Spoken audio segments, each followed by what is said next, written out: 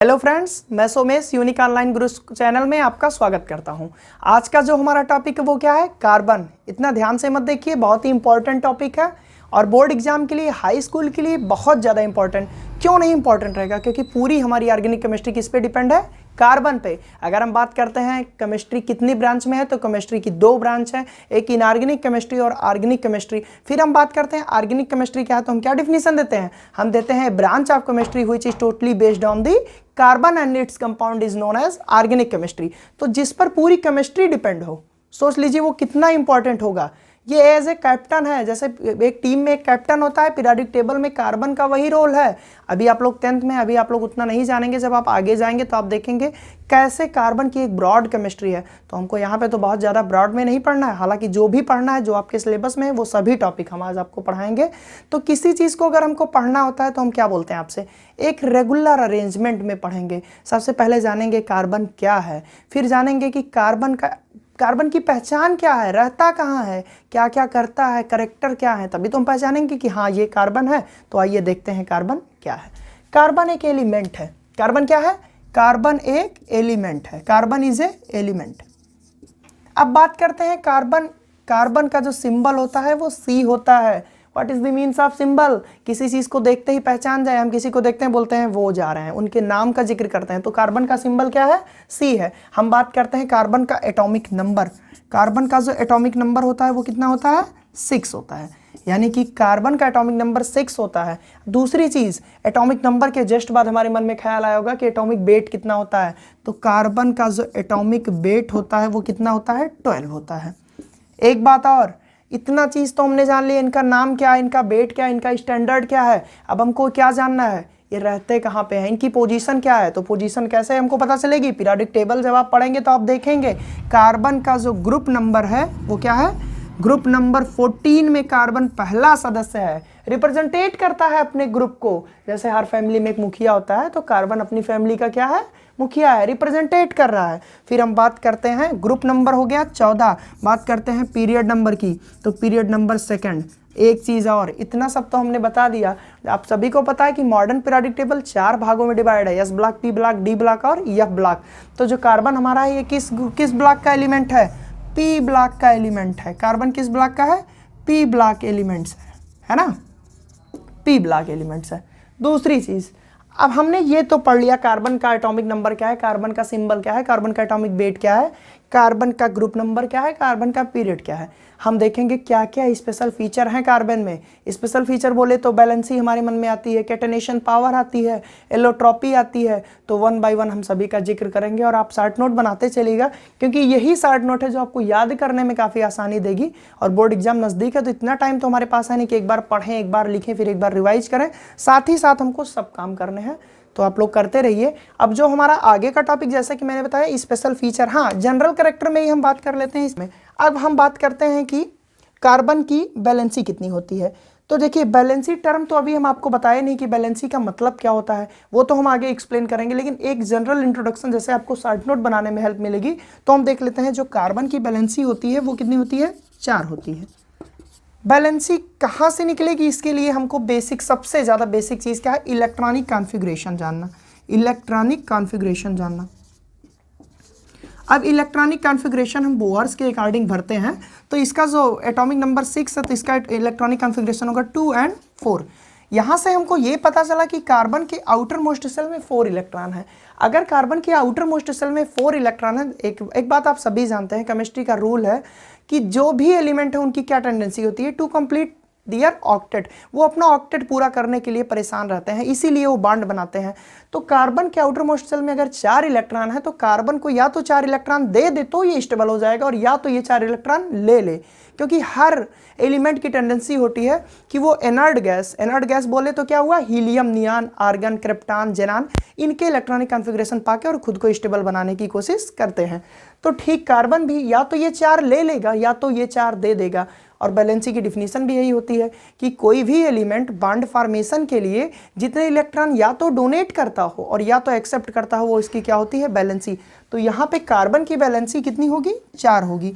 अच्छा, एक बात और, ये जो 4 इलेक्ट्रॉन है इसको हम कहते क्या है? अगर हम केमिस्ट्री के टर्म में बात करें तो सबसे आउटर मोस्ट सेल को हम वैलेंस सेल कहते हैं। क्या बोलते हैं? Valence shell. सबसे आउटर मोस्ट सेल को हम क्या कहते हैं? Valence shell. और वैलेंस सेल में जो भी इलेक्ट्रॉन उपस्थित होते हैं उनको क्या कहते हैं? Valence electron. अब हम आपसे अगर क्वेश्चन पूछें कि कार्बन के आउटर मोस्ट सेल में कितने इलेक्ट्रॉन प्रेजेंट है, तो आप क्या कहेंगे? 4 इलेक्ट्रॉन। यानी नंबर ऑफ वैलेंस इलेक्ट्रॉन कितने हो गए कार्बन में? 4। ये चीज हो गई। इसके बाद हमने क्या पढ़ा? इंट्रोडक्शन। कार्बन क्या स्पेशल फीचर है कार्बन के? अच्छा, कार्बन में कौन से टाइप का बॉन्ड पाया जाता है? आप लोग सभी जानते हैं कोवैलेंट बॉन्ड पाया जाता है। तो क्यों कोवैलेंट बॉन्ड पाया जाता है, और कोवैलेंट बॉन्ड है क्या रियलिटी में, कितने टाइप का होता है, सब चीज हमको पढ़नी है इसमें। अब हम देखते हैं कि कार्बन के स्पेशल फीचर। ध्यान दीजिएगा, आप लोग लिखते चलिएगा साथ साथ में।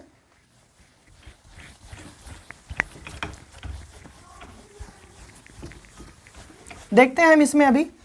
सबसे पहले हम देखेंगे कि कोवैलेंट बॉन्ड क्या होते हैं। सबसे मेन कैरेक्टर जो है कार्बन का, क्योंकि कार्बन ऑलवेज कोवैलेंट बॉन्ड बनाता है। कोवैलेंट बॉन्ड होता क्या है? बहुत ही आसान है कोवैलेंट बॉन्ड, एकदम सिंपल है। आप ध्यान दीजिएगा, कोवैलेंट बॉन्ड। अच्छा, एक चीज सबसे बेसिक, एक बॉन्ड फॉर्मेशन के लिए कितने इलेक्ट्रॉन पार्टिसिपेट करते हैं? स्टूडेंट कई सारे स्टूडेंट कंफ्यूज होते हैं।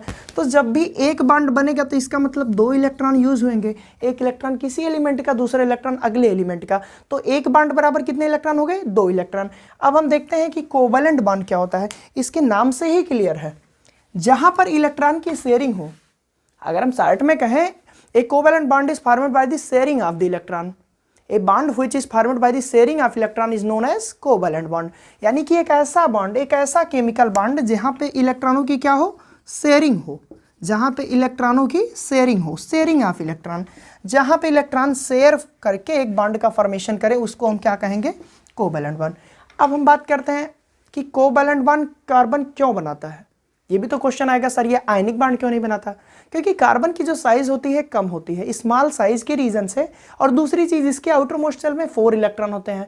तो ना तो इसमें आयनिक करेक्टर, ना तो ये ज्यादा इलेक्ट्रोपॉजिटिव है, ना तो ये ज्यादा इलेक्ट्रोनेगेटिव है। तो एक एवरेज करेक्टर शो करता है, इस कारण ये कोवैलेंट बॉन्ड फॉर्मेट करता है। अब हम बात करते हैं कि कोवैलेंट बॉन्ड का एग्जाम्पल, जैसे हम मान लो कार्बन के केस में कैसे दिखाएंगे कि ये कोवैलेंट बॉन्ड से करता है। जैसे हम देख लिए CH4, इसको आप सभी जानते होंगे क्या है? मीथेन है।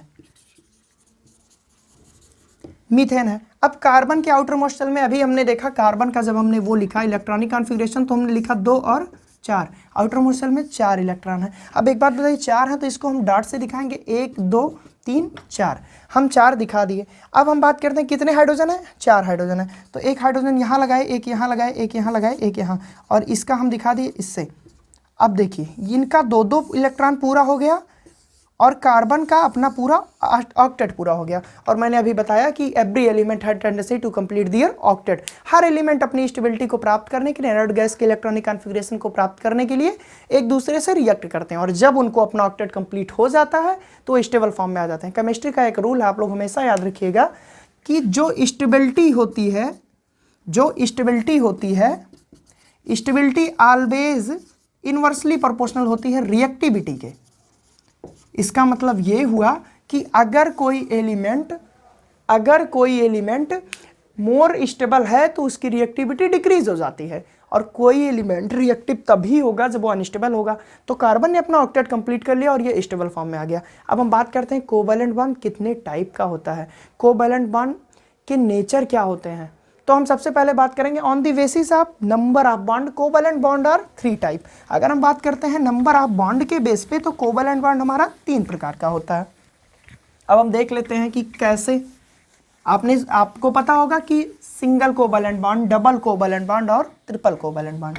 अच्छा, इससे पहले एक चीज़ हम मिस कर दिए, आपको बता दें कि कोवैलेंट बॉन्ड की एक और डिफिनीशन हम बता सकते हैं। जैसे आयनिक बॉन्ड में होता क्या था कि आयनिक बॉन्ड वहाँ पर फॉर्मेट होता था जहाँ पे इलेक्ट्रोनेगेटिविटी का डिफरेंस बहुत ज़्यादा होता था, लेकिन कोवैलेंट बॉन्ड का नेचर ये होता है या तो लेस इलेक्ट्रोनेगेटिविटी डिफरेंस होगी या तो होगी ही नहीं होगी। इसका मतलब क्या? नहीं होगी इसका मतलब होमो एटॉमिक होंगे, सेम एटम के बीच बनेंगे। अगर हम बोलें H2 में कोवैलेंट बॉन्ड है, इसको रिप्रेजेंटेट करना हो तो H और H, और यहाँ पे क्या बना?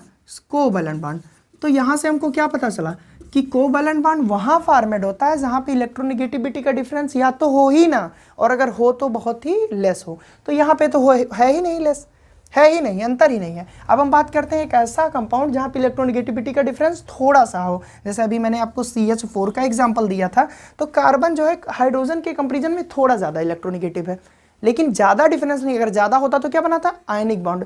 तो ये चीज़ हम समझ लिए। अब हम ओवरऑल अगर एक डिफिनीशन तैयार करें किसकी, कोवैलेंट बॉन्ड की, तो क्या होगी, a covalent bond is formed by the sharing of the electron and a bond there is no electronegativity difference. अगर है भी तो कितना, less electronegativity difference, is known as covalent bond. अब देखते हैं हम, जैसे हम दोस्ती किससे करेंगे, जो हमारे लेवल का होगा, जो हमारे जैसा करेक्टर शो करता होगा, जिसकी प्रॉपर्टी हमसे मिलती होगी। तो कोवैलेंट बॉन्ड में भी ऐसे ही होता है, इन दोनों की इलेक्ट्रोनेगेटिविटी या तो इक्वल होगी या तो थोड़ा सा माइन्यूट डिफरेंस होगा। अब हम देखते हैं, मैंने बताया कि नंबर ऑफ बॉन्ड के बेस पे कोवैलेंट बॉन्ड कितने प्रकार का होता है, 3 टाइप का होता है। तो हमने क्या बोला, इसमें क्या है, single bond, single covalent bond, double covalent bond और ट्रिपल कोवैलेंट बॉन्ड। अब वन बाय वन हम एक एक का एग्जांपल लेंगे। हम बात करते हैं particular single covalent bond.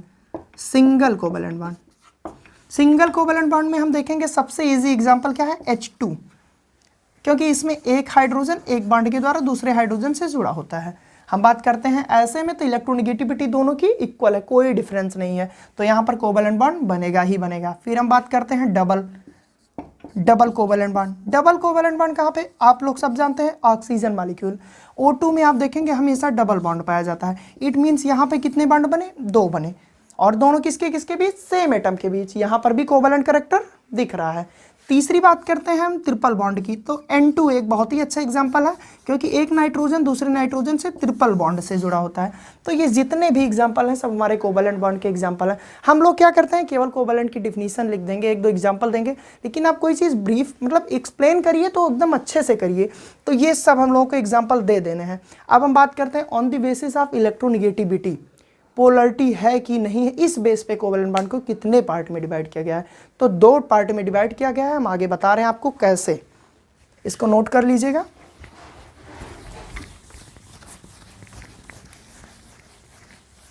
Polarity के बेस पे कैसे, अगर इलेक्ट्रोनेगेटिविटी में डिफरेंस है तो वो पोलर कोवैलेंट बॉन्ड होंगे। अगर इलेक्ट्रोनेगेटिविटी में कोई डिफरेंस नहीं है तो वो नॉन पोलर होंगे। सीधी सी बात है, अगर 2 सेम एटम के बीच बनेंगे बॉन्ड तो वो नॉन पोलर होंगे। अब हम देखते हैं on the basis of polarity, on the basis of polarity, on the basis of polarity covalent bond is 2 type. कौन कौन से, पोलर कोवैलेंट बॉन्ड, पोलर और नॉन पोलर। अब पोलर किसे कहते हैं, बात ये आई, एक ऐसा कोवैलेंट बॉन्ड जो 2 एलिमेंट के बीच बने और उनके बीच इलेक्ट्रोनेगेटिविटी का डिफरेंस हो, भले ही लेस हो लेकिन हो, मतलब वो सेम एटम के बीच ना बने, ऐसे बॉन्ड को क्या कहेंगे, पोलर कोवैलेंट बॉन्ड। हम एग्जांपल देखते हैं पोलर कोवैलेंट बॉन्ड का। जैसे अभी हमने आपको बताया CH4, CCl4, ये जितने भी हैं कार्बन बॉन्ड बना रहा है तो कोवैलेंट बॉन्ड, लेकिन किस टाइप के हैं, पोलर। क्यों पोलर, हम बात करते हैं CCl4 की। CCl4 कार्बन टेट्रा क्लोराइड, यहाँ पे जो कार्बन है ये इलेक्ट्रोपॉजिटिव की तरह बिहेव कर रहा है और जो क्लोरीन एटम है ये इलेक्ट्रोनेगेटिव पार्शियली। ज़्यादा डिफरेंस होता तो ये आयनिक कैरेक्टर शो करता, लेकिन ये कोवैलेंट कैरेक्टर शो कर रहा है। तो हम यहाँ से ये चीज़ समझ सकते हैं कि यहाँ पे इन दोनों की इलेक्ट्रोनेगेटिविटी का डिफरेंस है। इलेक्ट्रॉन इसकी तरफ शिफ्ट होंगे, क्यों इसकी तरफ शिफ्ट होंगे, because it is more electronegative in comparison to carbon atom. तो यहाँ से ये क्लियर हुआ कि एक ऐसा बॉन्ड, एक ऐसा कोवैलेंट बॉन्ड जहाँ पे इलेक्ट्रोनेगेटिविटी का डिफरेंस हो, भले ही थोड़ा हो, तो ऐसे बॉन्ड को हम पोलर कोवैलेंट बॉन्ड कहेंगे। सेकंड केस हम क्या देखते हैं, non polar covalent bond. Non polar word ही अपने आप में इसकी डिफिनीशन एक्सप्लेन कर दे रहा है कि एक ऐसा बॉन्ड जहाँ पे इलेक्ट्रोनेगेटिविटी डिफरेंस हो ही ना, बिना इलेक्ट्रोनेगेटिविटी डिफरेंस, यानी कि सेम एटम के बीच बने। और इसका एग्जांपल बहुत ही अच्छा एग्जांपल हमारे पास H2 है, O2 है, क्योंकि सेम एटम है। अगर हम H2 को ओपन करें तो ये कैसे होगा, H सिंगल बॉन्ड H, यानी कि एक ऐसा कोवैलेंट बॉन्ड जो सेम एटम के बीच बनता हो उसको हम नॉन पोलर कोवैलेंट बॉन्ड कहते हैं। तो यहाँ से हम आसानी से सब चीज़ लिख सकते हैं कि पोलर क्या होते हैं, नॉन पोलर। क्वेश्चन बहुत पूछता है, आपको एग्जांपल दे देगा कि इसमें आप चूज करिए कौन से पोलर है कौन से नॉन पोलर। मान लीजिए आपको एग्जाम में दे दिया CCl4 हो गया आपके पास, CH4 हो गया, N2 हो गया, O2 हो गया, H2 हो गया। अब आपसे पूछ लिया कि इसमें डिटरमाइन करिए कौन सा पोलर है कौन सा नॉन पोलर, तो आप कुछ नहीं करेंगे, बस जो मैंने पढ़ाया इसी को एप्लीकेशन इसी का रख देंगे। आप बता देंगे ये पोलर है, ये पोलर है, ये non polar, non polar, non polar. क्यों नॉन पोलर? बिकॉज यहाँ पे सेम एटम के बीच बॉन्डिंग हुई है और यहाँ पे डिफरेंट एटम के बीच बॉन्डिंग हुई है। अब हम क्या देखते हैं कि बैलेंसी, एक टर्म बहुत ज़्यादा परेशान करता है बच्चों को। बैलेंसी होती क्या है? मैंने अभी तो आपको स्टार्टिंग में बताया, लेकिन मेनली और एक्सप्लेन करूंगा मैं कि बैलेंसी क्या होती है, बैलेंसी कितनी कितनी होती है एलिमेंट की, और कार्बन की बैलेंसी क्यों 4 होती है। तो आइए इन सभी आंसर जानते हैं। बात करते हैं हम बैलेंसी की। बैलेंसी की अगर एक लाइन में डिफिनीशन देखी जाए एकदम नॉर्मलाइज करके, तो बैलेंसी मतलब होता है कंबाइनिंग स्ट्रेंथ। एक एलिमेंट की दूसरे एलिमेंट से कंबाइनिंग स्ट्रेंथ जो होती है उसको हम डिफाइन कर सकते हैं एज ए बैलेंसी। लेकिन क्योंकि हम लोगों को अच्छे से एक्सप्लेनेशन देना है तो ये डिफिनीशन सफिशिएंट नहीं होगी। हालांकि आप लिख सकते हैं कि valency is the bond strength of A element, लेकिन अगर और अच्छे से लिखना चाहें तो बैलेंसी की डिफिनीशन हम क्या लिखेंगे और प्रूव्ड करके लिखेंगे। हम बैलेंसी की डिफिनीशन हम लिखेंगे कि कोई भी एटम कोवैलेंट बॉन्ड बनाने के लिए, जरूरी नहीं कोवैलेंट बॉन्ड, पहली चीज कोई भी एटम बॉन्ड बनाने के लिए जितने इलेक्ट्रॉन डोनेट करता है या एक्सेप्ट करता है, जितने इलेक्ट्रॉन डोनेट करे या गेन करे वो उसकी क्या होती है? बैलेंसी होती है। For the formation of bond, number of donating electron and accepting electron is known as valency of an element. Example के तौर पे हम देख लेते हैं। मान लें हम पार्टिकुलर बात करते हैं H2 में बैलेंसी कितनी होगी? किसकी? हाइड्रोजन की, क्योंकि बैलेंसी हमेशा एक एलिमेंट की निकाली जाती है। तो जब हम इसमें देखेंगे तो हाइड्रोजन का जो एटॉमिक नंबर होता है 1 होता है, यानी इसका इलेक्ट्रॉनिक कॉन्फ़िगरेशन लिखेंगे तो 1 होगा। तो 1 ही है तो इसका आउटर मोस्ट सेल में भी 1 इलेक्ट्रॉन होंगे। अब हम बात करते हैं दूसरे हाइड्रोजन की, तो सेम चीज़ उसमें भी होगी। तो जब एक ही इलेक्ट्रॉन है ही तो इसको हम रिप्रेजेंटेट करेंगे ऐसे, और एक दूसरा जो हाइड्रोजन एटम है इसका रिप्रेजेंटेट करेंगे ऐसे। अब देखिए ये बनाया बॉन्ड इसके साथ। अब एक हाइड्रोजन की कितने एटम यहाँ पर शेयर हुए? यहाँ पे 2 इलेक्ट्रॉन यूज है, यानी कि एक बॉन्ड बना, यानी सिंगल बॉन्ड बना। यहाँ पे क्या बना? Single bond. और सिंगल बॉन्ड बनाने के लिए ईच हाइड्रोजन ने कितने अपने इलेक्ट्रॉन डोनेट किए या एक्सेप्ट किए? 1 इलेक्ट्रॉन की शेयरिंग हुई। इट मीन्स यहाँ पे जो बैलेंसी होगी कितनी होगी? 1 होगी।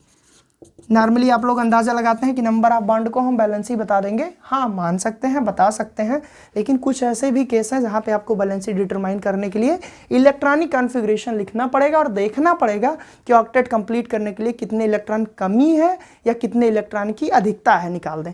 होता क्या है, अगर हम बात करते हैं पार्टिकुलर एलिमेंट की बैलेंसी की, अच्छा एक कॉन्सेप्ट और आया था। कॉन्सेप्ट ये आया था कि कोई भी एलिमेंट, बीच में आया था केमिस्ट्री में, कि कोई भी एलिमेंट जितने हाइड्रोजन से कंबाइन करता है वो उसकी बैलेंसी होती है। लेकिन हाँ, ये कहाँ तक सही था ये भी हम लोग देखेंगे। मेनली यही डिफिनीशन आपकी अप्लीकेबल रहेगी। अच्छा कहाँ तक सही था हम देखते हैं। जैसे कुछ एग्जाम्पल हम लेते हैं, जैसे CH4 हो गया, H2O हो गया, जिसमें हाइड्रोजन प्रेजेंट हो, वहाँ पे तो ये डिफिनीशन बहुत ही अच्छी है, एप्लीकेबल है कि कोई एलिमेंट जितने हाइड्रोजन से कंबाइन करे वो उसकी बैलेंसी होती है। जैसे हमने बात किया H2O में हम बात करें ऑक्सीजन की बैलेंसी की, तो ऑक्सीजन कितने हाइड्रोजन से जुड़ा है? 2 हाइड्रोजन से जुड़ा है। इसका मतलब ऑक्सीजन की बैलेंसी 2 होती है, और सही में 2 होती है। यहाँ पे तो ये सही ठहर गया। अब देखते हैं, बात करते हैं CH4 की। CH4 में एक कार्बन से 4 हाइड्रोजन जुड़े हैं, इट मीन्स कार्बन की बैलेंसी 4, और रियलिटी में 4 होती भी है। लेकिन अब अगर आपको कोई एग्जांपल ऐसा मिल गया जहाँ पे हाइड्रोजन ना हो, मान लीजिए आपको मिल गया CCl4 और आपसे किसी ने पूछ लिया इसकी वैलेंसी बताइए, तो ये डिफिनीशन आपकी एप्लीकेबल नहीं है। ये डिफिनीशन वहीं एप्लीकेबल है जहाँ पे हाइड्रोजन प्रेजेंट रहे। अब हम देखते हैं तो रियल में वैलेंसी की डिफिनीशन क्या होगी। बैलेंसी की डिफिनीशन क्या होगी, ध्यान से देखिएगा कि every element have tendency to complete their octet. अपने ऑक्टेट को कंप्लीट करने के लिए प्रत्येक एलिमेंट एक दूसरे से रिएक्ट करते हैं, तो उनके ऑक्टेट में जितनी डिफिशियंसी होगी इलेक्ट्रॉन की, यानी कि वो उतने इलेक्ट्रॉन गेन करेंगे, तो उसकी बैलेंसी वो हो जाएगी। और मान लो किसी के ऑक्टेट में 2 इलेक्ट्रॉन ज़्यादा हैं, ऑक्टेट से भी ज़्यादा, तो 2 इलेक्ट्रॉन दे देगा। हम एक एग्जांपल लेते हैं पहले कि गेन करने पे कब बैलेंसी डिफाइन करेंगे और डोनेट करने पे। हम देखते हैं सबसे पहले सोडियम की बात। अब हम बात करते हैं सोडियम, एटॉमिक नंबर 11 होता है, 11 एटॉमिक नंबर होता है, और जब हम इसका इलेक्ट्रॉनिक कॉन्फ़िगरेशन लिखेंगे तो 2 8 1 होगा। इट मीन्स इसके आउटर मोस्ट शेल में 1 इलेक्ट्रॉन है। अगर ये अपना ऑक्टेट पूरा करना चाहे, या तो ये 7 इलेक्ट्रॉन लेगा तब इसका ऑक्टेट पूरा होगा, और या तो ये 1 इलेक्ट्रॉन दे दे। तो आपको भी पता होगा 7 लेना बहुत मुश्किल काम है और 1 देना आसान, इसलिए क्या करेगा, 1 इलेक्ट्रॉन निकाल देगा, और जब 1 इलेक्ट्रॉन निकाल देगा तो इसका ऑक्टेट कंप्लीट हो जाएगा। यहाँ पे हम अगर बात करें तो नंबर ऑफ डोनेटिंग इलेक्ट्रॉन कितने हुए, 1। इस रीजन से सोडियम की वैलेंसी कितनी होती है, 1। आपको दिखाता हूं कैसे 1 होती है, क्योंकि सोडियम जो बॉन्ड बनाता है NaCl, यहाँ पे देखिए सिंगल बॉन्ड बनाया, इसको एक्सप्लेन करें तो NaCl। अब हम बात करते हैं जहां पे इलेक्ट्रॉन एक्सेप्ट किया जा रहा है, कैसे नंबर ऑफ डोनेटिंग इलेक्ट्रॉन और एक्सेप्टिंग इलेक्ट्रॉन के बेस में बैलेंसी डिफाइन करेंगे, ये पूरी तरह से प्रूव हो जाएगा। अब देखते हैं कहाँ पे एक्सेप्ट होगा। हम पार्टिकुलर बात करते हैं क्लोरीन की। क्लोरीन का इलेक्ट्रॉनिक कॉन्फ़िगरेशन लिखते हैं, क्योंकि क्लोरीन का एटॉमिक नंबर 17 होता है। इसका जब लिखेंगे तो 2 8 7। अब एक बात बताइए, या तो ये 1 इलेक्ट्रॉन ले ले तो इसका ऑक्टेट पूरा हो जाएगा, या तो ये 7 इलेक्ट्रॉन निकाल दे। तो आसानी किस में है, लेने में। तो ये 1 इलेक्ट्रॉन ले लेगा, और जब ये 1 इलेक्ट्रॉन लेगा तो क्लोरीन पे एक निगेटिव चार्ज आ जाएगा, और जब एक निगेटिव चार्ज आएगा, ये प्रूव्ड करता है कि 1 इलेक्ट्रॉन लिया जा रहा है, यानी इसकी बैलेंसी कितनी हुई, 1 हुई। हम कह सकते हैं कि एक कोवैलेंट बॉन्ड या किसी भी बॉन्ड के फॉर्मेशन के लिए कोई एलिमेंट जितने इलेक्ट्रॉन डोनेट करे या एक्सेप्ट करे वो उसकी क्या होती है, बैलेंसी होती है। लेकिन पर्टिकुलर एक एलिमेंट की बात हो रही है, बॉन्ड फॉर्मेशन में टोटल नंबर ऑफ इलेक्ट्रॉन नहीं देखेंगे हम, ईच एलिमेंट की मैं बात कर रहा हूँ।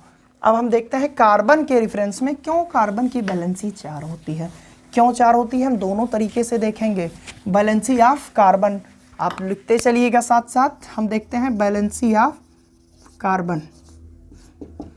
हम अगर कार्बन का इलेक्ट्रॉनिक कॉन्फ़िगरेशन लिखें तो होगा क्या, 2 और 4। एक बात बताइए, या तो कार्बन में 4 इलेक्ट्रॉन जोड़ दें तो इसका ऑक्टेट कंप्लीट हो जाएगा, या तो 4 इलेक्ट्रॉन निकाल दें। क्या आसान है, दोनों आसान है, कुछ भी हो सकता है। अगर हम मान लेते हैं कार्बन में 4 इलेक्ट्रॉन जोड़ दें, अगर जोड़ेंगे तो 4 - शो करेगा, और तब भी इसका ऑक्टेट कंप्लीट होगा, तो भी इसकी बैलेंसी 4 होगी। और अगर हम 4 निकाल दें तो क्या शो करेगा, C4+, यानी 4 इलेक्ट्रॉन निकाल दिए तो ये 2 हो गया।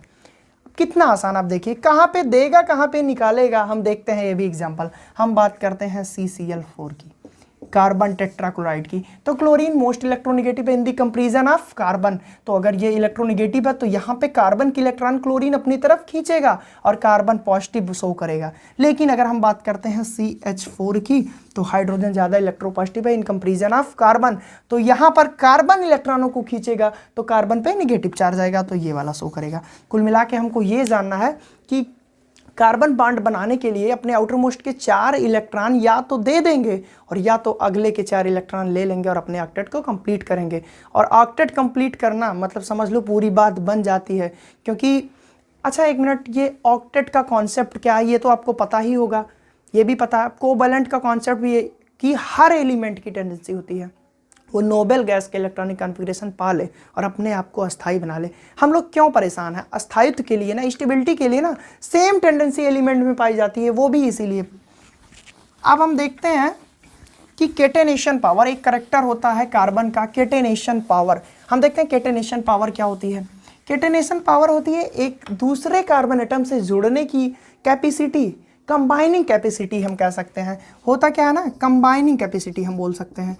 कार्बन के पास कंबाइनिंग कैपेसिटी बहुत ज़्यादा होती है। क्यों ज़्यादा होती है, कार्बन की स्मॉल साइज़, कार्बन के पास स्मॉल साइज़ होती है। 4 इलेक्ट्रॉन या तो दे देता है तो ले लेता है और दूसरे कार्बन के साथ कोवैलेंट बॉन्ड बना के लंबी चेन का फॉर्मेशन करता है। तो केटेनेशन पावर क्या है, कार्बन एटम का दूसरे कार्बन एटम से अटैच होने की जो कैपेसिटी है, इसी को हम क्या कहते हैं, केटेनेशन कैपेसिटी। हम देखते हैं कार्बन ऐसे ऐसे जुड़ता चला जाता है, बैलेंसी आप लोग देख लीजिएगा, कार्बन ऐसे ऐसे जुड़ता चला जाता है और एक लंबी चेन का फॉर्मेशन करता है, और इसी पावर को हम क्या कहते हैं, केटेनेशन पावर। एक बहुत ही अच्छा इंपॉर्टेंट क्वेश्चन है, एलोट्रॉपी। कार्बन एलोट्रॉपी भी शो करता है। एलोट्रॉपी पढ़ने से पहले हम ये जानेंगे कि एलोट्रॉपी होती क्या है। हम देखते हैं एलोट्रॉपी क्या होती है। एलोट्रॉपी नाम से ही आपको क्लियर होगा।